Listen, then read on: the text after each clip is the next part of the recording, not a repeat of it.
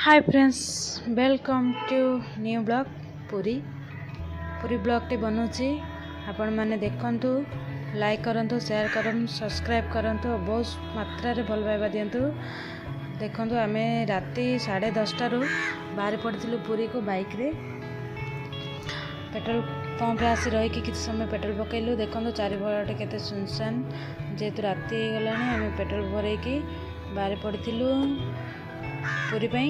आपण मन मध्य आसंतु, पुरी बुलंतु, देखंतु, महाप्रभु का आशीर्वाद नियंतु।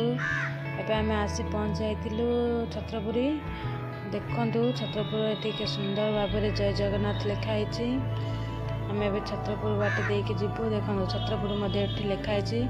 गोटे शिव मंदिर के सुंदर भाव में लाइट दिखाई। एपटे मध्य बहुत बड़ मंदिरटी। आम बाटे किसी समय रहीकि एटारे चा टे पीकि बिस्किट टे खाई फ्रेश होगी पुणी थे बाहरी पड़ू पुरी जेहेतु बाइक आसलु रही रहीकि बाहरी पुरी। एपट देखु सकाळ हो आसला मॉर्निंग व्यू। एबे टाइम 6टा पाखापाखि हो गला बोधे। देखो सेपटे बाइक गुड़िक आसी तार लाइट गुड़िक के इफेक्ट देखा जाउची, सुंदर देखा जाउची, निया लागिला वाले देखा जाउची। देखंतु के सुंदर व्यू, के सुंदर परिवेश देकी आम ए बाहर पड़िलु पुरी को। देखंतु आ गोटे मंदिर बाटर पड़ेगा, जेहेतु आम पाखे टाइम नाला तो रहीकि वीडियो बन पार्लुन। मंदिर टीर आसला बेले जो समय हुए ताले निश्चय मंदिर गुड़िकार वीडियो बनैबी। एबे देखंतु कांवरिया भाई माने तांको कांवरी भारा नेकी जाउछंती। बाटरे दर्शन हो गला कांवरिया भाई मानकर। एपट देखंतु आम आसी पहुँच सारे पुरी पाखे। Puri welcome gate, Puri switch iconic place. आपण माने आसंतु पुरी बुलंतु, महाप्रभु का आशीर्वाद नियंतु। जय जगन्नाथ। देखंतु पुणी थे कांवरिया भाई मान को देखंतु केते कष्ट रे जाउछन भाई माने। आ गोटे एंट्री गेट देखंतु।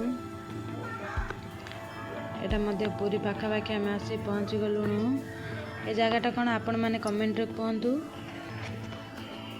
एपट देखंतु केते सुंदर फ्रेश रास्ता देखिए आम ए पुरी जावा, महाप्रभु को दर्शन करवा, अभड़ा नेबा, पुरी सी बीच बुलिबा, बहुत सारा मजा करवा। आपण देखंतु वीडियो को लाइक करंतु। देखंतु एबे आम आसी पहुँची गले पुरी रे। देखो आ टिके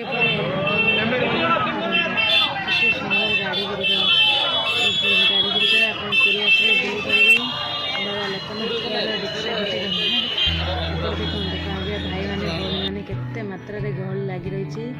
देखो महाप्रभुंकर मंदिर एवं आमको देखागला नीलचक्र बाना महाप्रभुंकर दर्शन। यहाँ देखो बड़दान रे किसी एमती छोट छोट दुकान गुड़िक थिला, जो बहुत सारा भेराइटी आइटम थिला।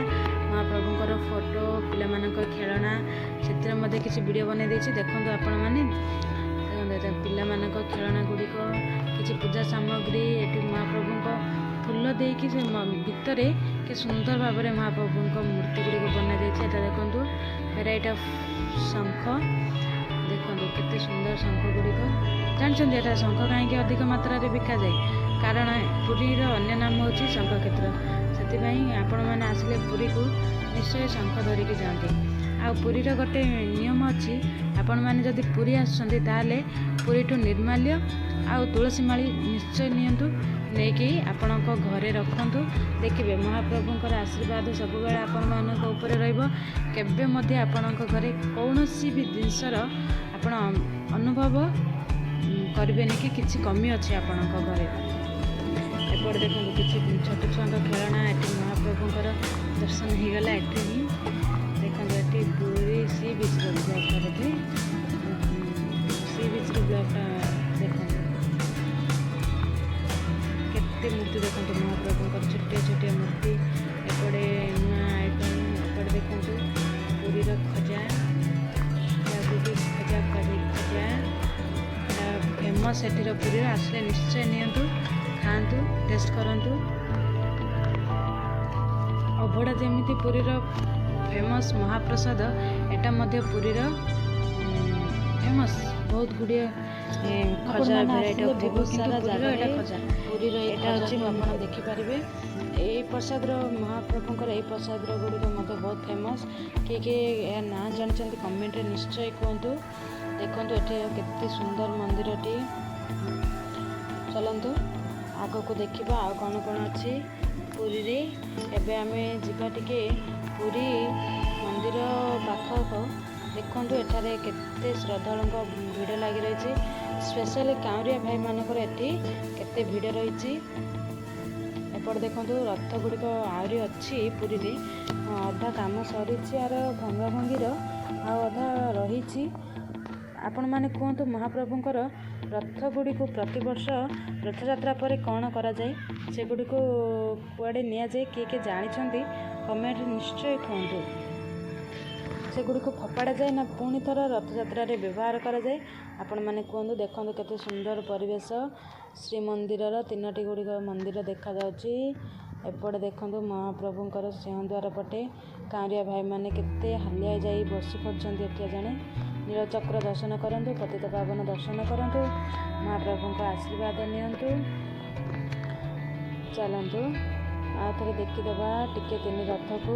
ଦେଖନ୍ତୁ ରଥ ଗୁଡ଼ିକର ଅଧା କାମ ସରିଯାଇଛି, ମାନେ ବାହାର କରିଦେଇଛନ୍ତି, ଆଉ ଅଧା ଗୁଡ଼ିଏ କାମ ରହିଯାଇଛି। ପୁଣି ଥରେ ବାହାର କରିବେ ଏଗୁଡ଼ିକୁ। ପ୍ରତିବର୍ଷ ତ ରଥ ଗୁଡ଼ିକୁ କ'ଣ କରାଯାଏ ଆପଣମାନେ କମେଣ୍ଟରେ କହିବେ। ଚାଲନ୍ତୁ ଏବେ ଦେଖିବା ଏପଟେ ଟିକେ ପୁରୀର ପରିବେଶଟାକୁ ଦେଖିଦିଅନ୍ତୁ। ସିଂହଦ୍ୱାର ପାଖର କେତେ ସୁନ୍ଦର ହେଇଛି। ଏପଟେ ଦେଖନ୍ତୁ ରଥଯାତ୍ରା ସମୟରେ କାମ ହେଇଥିଲା, କେତେ ସୁନ୍ଦର ଝୁଟି ଗୁଡ଼ିକ। ଏପଟେ ଦେଖନ୍ତୁ ପୁଣି ଥରେ ମନ୍ଦିର ରଥ ସବୁଗୁଡ଼ିକୁ ଦର୍ଶନ କରନ୍ତୁ। ମୋ ଭିଡ଼ିଓ ଯଦି ଆପଣମାନଙ୍କୁ ଭଲ ଲାଗୁଛି ତାହେଲେ ଲାଇକ୍ ସେୟାର ସବସ୍କ୍ରାଇବ୍ ନିଶ୍ଚୟ କରନ୍ତୁ। ଆପଣମାନେ ଭିଡ଼ିଓ ତ ଦେଖୁଛନ୍ତି କିନ୍ତୁ ସବସ୍କ୍ରାଇବ୍ କରୁନାହାନ୍ତି। ମହାପ୍ରଭୁଙ୍କ ଆଶୀର୍ବାଦ ନିଅନ୍ତୁ ଆଉ ମୋ ଭିଡ଼ିଓକୁ ବହୁତ ମାତ୍ରାରେ ଭଲ ପାଇବା ଦିଅନ୍ତୁ। ପ୍ଲିଜ୍ ପ୍ଲିଜ୍ ପ୍ଲିଜ୍ ସାଙ୍ଗମାନେ ମୋ ଭିଡ଼ିଓକୁ ସପୋର୍ଟ କରନ୍ତୁ, ସବସ୍କ୍ରାଇବ୍ କରନ୍ତୁ। ମହାପ୍ରଭୁଙ୍କର ମନ୍ଦିର ଦେଖିବା। ଦେଖନ୍ତୁ ଏପଟେ ଅନ୍ୟ ଗୋଟେର ଭ୍ୟୁ।